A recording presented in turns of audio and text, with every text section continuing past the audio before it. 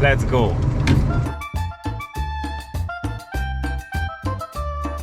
That's right, let's jump into the luxury. I'm on my way to the Champagne wine region in the northeast of France. Here they still make sparkling wine, or champagne as it is known exclusively here, using much more the same methods as they did hundreds of years ago for the monarchs of Versailles.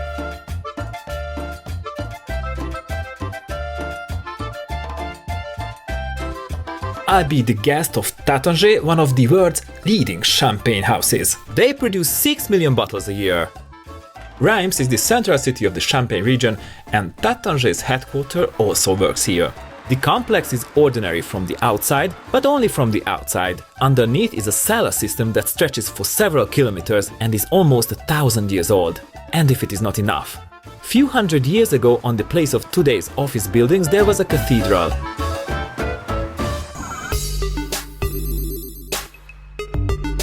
So let me show you the model of this abbey. This abbey was called Abbey Saint-Nicaise, and this abbey, typically Gothic style, as you can see. This one was built during the 13th century. It was really the time of the Gothic style.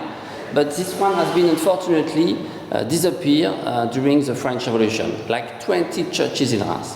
But the cellar survived. The cellar of the abbey survived.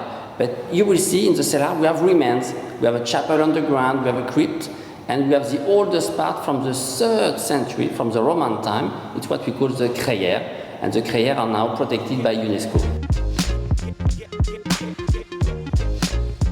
So let's start with the famous quarry where the history of the cellar and the history of the town begins. It was called Durocortorum. It was the capital of Belgium, a large city with many buildings, many temples, one circus, one theater. So they need stone to build the city, and there's no stone in Champagne, so they found the stone underground. Here it was a stone quarry. They dig first a vertical chimney from the ground floor, and they enlarge in pyramidal shape to avoid collapsing, and they extract the stone by the top, with ropes, and outside the big stone, they cut it in bricks, kind of bricks, and with those bricks of chalk, they build the city. But that time they didn't have a clue that in this place would be a cellar. Exactly. Why didn't the Romans think of using the place as a champagne cellar? Or why didn't they make their own champagne? The answer lies within the technology of champagne production. The grapes are first fermented to make wine, and then, once the wine has been bottled, a second fermentation is triggered. The second fermentation involves a significant amount of carbon dioxide formation, sometimes up to 6 bar pressure, so thick-walled containers were needed to make the sparkling wine. Such equipment was not available in Roman times, and it was not until the mid-17th century that glassmaking technology reached that level of sophistication that champagne could be made in bottles of practically any size. So it's just like a duck family crossing the road from the pretty one till the big one. This is all the different sizes of bottles we produce at Taittinger, and we start with half bottles, and this is the classic one, what we call la champenoise, magnum, a good size for 2 men when one doesn't drink. It's a famous joke in Champagne. And Taittinger, we are still aging directly in Jeroboam and Mathusalem, which is very rare. Are you still producing all this? Yeah, still. Until Nabucodonosor, the biggest one. Yeah. And do you want to try to lift it? Yeah. Ooh. It's heavy. It's really heavy. It's heavy because the glass is very thick. I told you, just to resist to the pressure. It's just like 20 kilograms or... Oh yeah, maybe. Yeah. And it's empty. It's empty. After the harvest, the base wine is bottled in January of the following year. According to the champagne method, the so-called tirage liqueur is added, which is a combination of wine, sugar and selected yeasts. It is the tirage that triggers the second fermentation in the wine. This second fermentation happens when the yeast consumes the sugar and produces the carbon dioxide, which is what bubbles are. The desired byproduct are the bubbles, but the second fermentation also has an unwanted byproduct, namely dead yeast, which must be removed from the bottle. The first step in the removal of this lees, still here in the cellar, is sedimentation. During the aging, you can see the yeast is on the bottom of the bottle, you know, and during the second fermentation, there's an exchange of fragrance, perfume. And you have to remove it, yeah? And we have to remove it. After the aging, so for Comte de Champagne, after 10 years, we have to remove it. It's what we call remuage, you know? Remuage. Remuage, yeah, Remuage. perfect. So it's done by hands, and the idea is to turn each bottle for slowly, gradually to put the sediment on the neck of the bottle, and later we'll take it out. Yeah. And how much does it take in time? So it takes 4 weeks, 4 weeks by hands. It exists another process by machine, which it takes 1 week. But here we are still doing it by hands. We wanted to keep this tradition, this very unique process, gesture in Champagne. Can you show me? Yeah, so the idea is to turn each bottle a quarter every 2 days during 4 weeks. A quarter every 2 days. Is it your task? No. I'm not good enough, yeah. Can I try? Yeah, but you know, a good one, a good remueur can turn 6,000 bottles an hour. 6,000 Bottles an hour. It's amazing, yeah? Okay. But please try. A quarter, you turn on your right, a quarter every 2 days. Yeah, a quarter. Yeah. 4 weeks, yeah. 4 weeks. Am I employed or? Not yet. So the remuage is the reason why most of the bottles are tilted in the cellar. The essence of the process is that the dead yeast slowly migrates to the neck of the bottle thanks to the gentle rotating movements. We will shortly discover the ingenious yet simple method of removing the yeast sediment from the neck of the bottle, but for now we leave Reims and off to the nearby Pieri where Château Le Marquetterie, the base of the Taittinger Empire, can be found.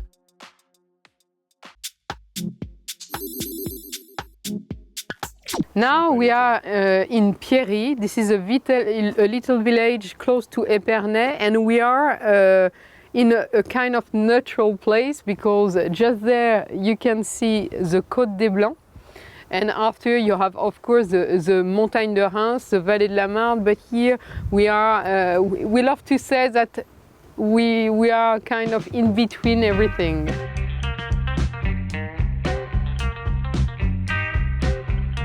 This castle is really for us the first stone of the adventure of Taittinger in Champagne. Yeah. We bought it in 1932, and it was really the beginning of the adventure of Taittinger in Champagne. So when my great-grandfather did that, it was for us the beginning of the destiny.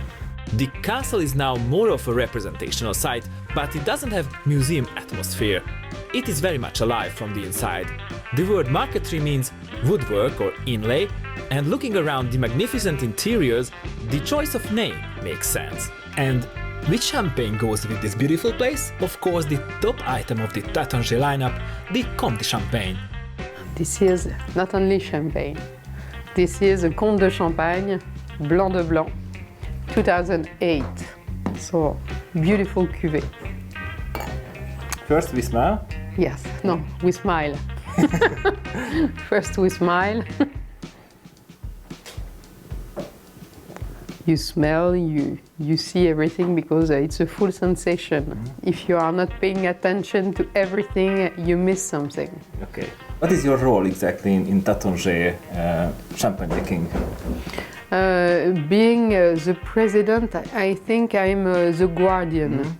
The guardian of the company, and I'm paying attention to many little things. I think it starts by human, trying to make them happy, because when you're happy you are doing things with more pleasure and more inspiration, more energy also. So I try to pay attention to that, but also I'm a kind of bridge between everything, and I'm here to really endorse the spirit of the brand. In addition to running the company with her brother Clovis, Vitali's outstanding talents have also made her a regular contributor to the company's advertising campaigns. Actually, she is the lady on this poster.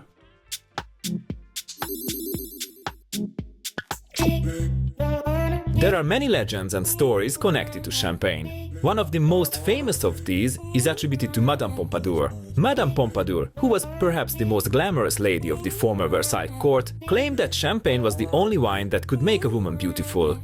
She is said to have been such a champagne lover that the original champagne flute was modeled on his breast.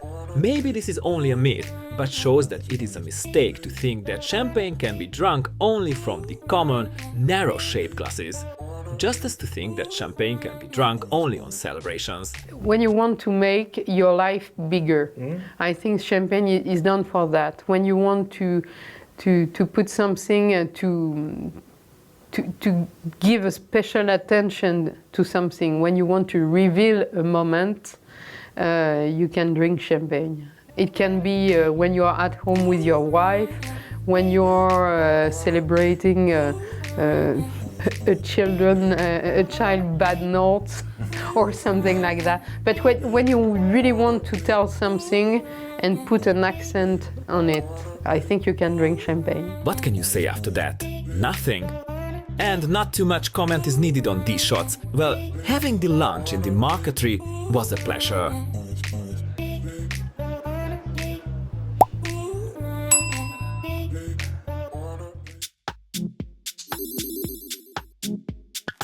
Voilà, donc c'est le véhicule, c'est une Renault, c'était le véhicule du maréchal Joffre. Elle est de 1915.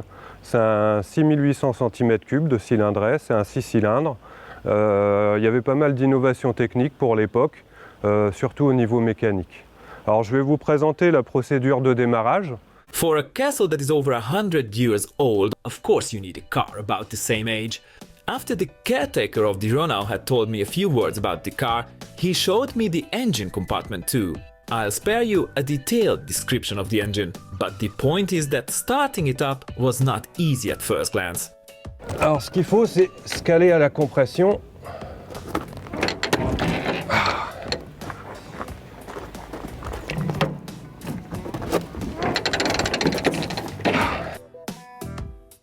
Ouais, ouais, c'est bon. Ouais, impeccable. Ah, magnifique. Ah, c'est dur. Let's go. Cruising with the old car was a real time travel, especially because we also visited the town of Épernay. The most famous street here is the Champagne Avenue, home to the world's most famous champagne producers. As we drove back to Reims, the road was lined with beautiful vineyards. There are a few things that even the non-professional eye will immediately notice about champagne vineyards. For example, that the vines are really low. This is because the soil, which has warmed up during the day, releases heat during the night. Since the bushes are low, the higher branches also get the warmth. Besides the perfect vineyards, the climate and tradition, soil also has its own role of the champagne secret. In connection with the cellar, we have already talked about lime, and it has an important role here also. Why? Because lime, or the chalky soil, produces the acids in the grapes, which are so important for making champagne. Apart from Pinot Noir and Chardonnay, Pinot Meunier is the third variety that can be used for making champagne either on their own or blended together in different vintages. They can be cuvées.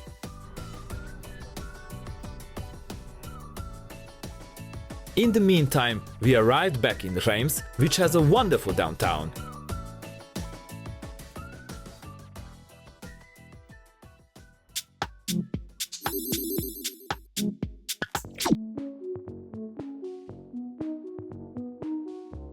The pride and symbol of Reims is the Notre Dame.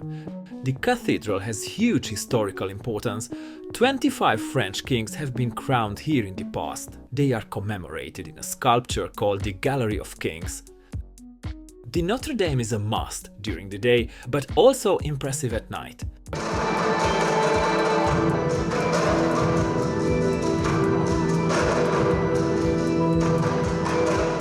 By the evening, the restaurants in the city center are full of guests, and champagne is of course a must for the dinner. Let's see how a local chef pairs his 4-course menu with different champagnes. On a préparé un menu avec une entrée à base d'œufs, donc, qui ira avec le champagne Taittinger brut millésimé 2014. Donc un plat riche et gourmand qui se mariera très bien avec la longueur du vin. Et on a voulu garder le même vin avec le bar Ikejime, qui est abattu de façon traditionnelle japonaise, qui apporte une ferme très chère aux poissons, et cette longueur du champagne Taittinger brut millésimé 2014 qui apportera toute cette touche de fraîcheur. Et donc on est passé ensuite sur le fromage, donc le brie de Meaux aux noix avec une salade à l'huile de caméline.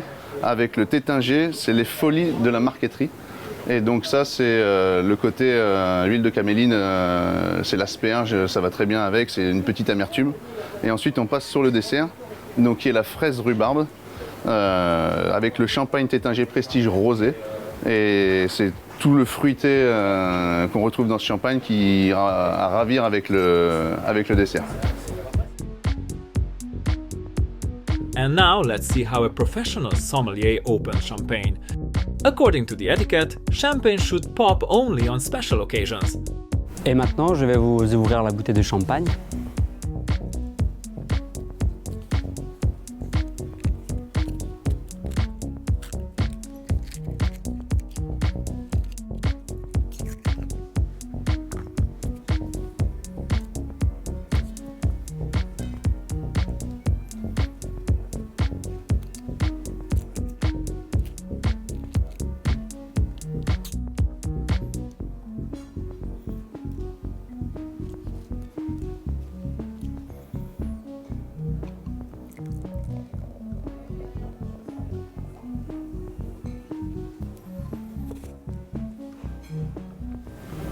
Voilà.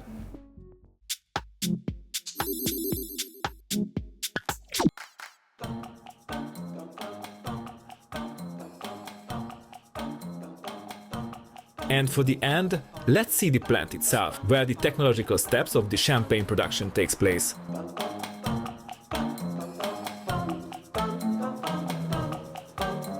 The first step in the production area is the vinification. Once the harvest is done, the grape juice, pressed on its own weight, is brought here to the processing plant. In the huge metal tanks, the first fermentation takes place. The sugar of the grape turns into alcohol. Actually, the idea of the first fermentation is to transform the sugar in alcohol due to the bacteria.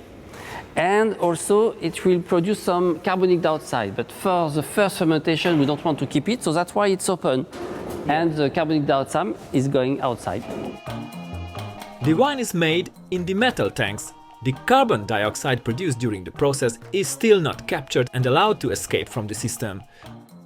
In the next step, the winemakers blend the wines from different vintages and from different vineyards, a process that is obviously even more pronounced for cuvées.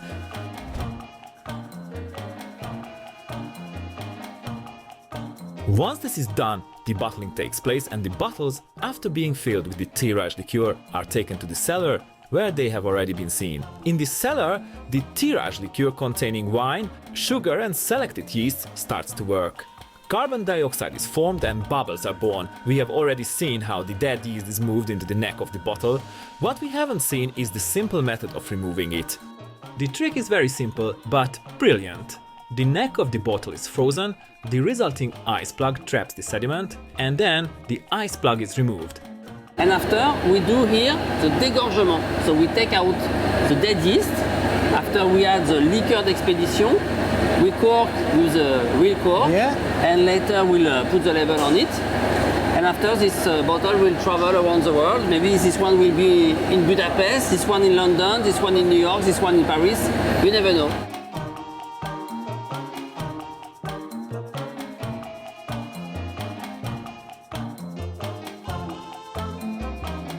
Of course, the processes could be described in more detail, but we have seen and heard the essentials.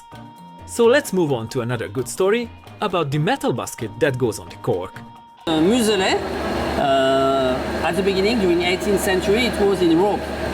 So when we ship bottles by boat at that time to different countries, the mouth is the boat that hits the rope and the cork explodes. So someone in 1840 invented the metal top, and after everybody copied, and we still use it today. So by now perhaps we all understand a little bit of the secret of champagne, but for the end, here is a wonderful thought from Vitaly. I think this is this moment you are just very happy to be there, and you are not expecting something extraordinary, but after you just have this glass in your hand, you take a sip, and after you have something which is happening, which is crazy. And after that you just start to be 100% yourself. This is this magic. I hope you enjoyed this episode. If so, please subscribe so you'll not miss the next one.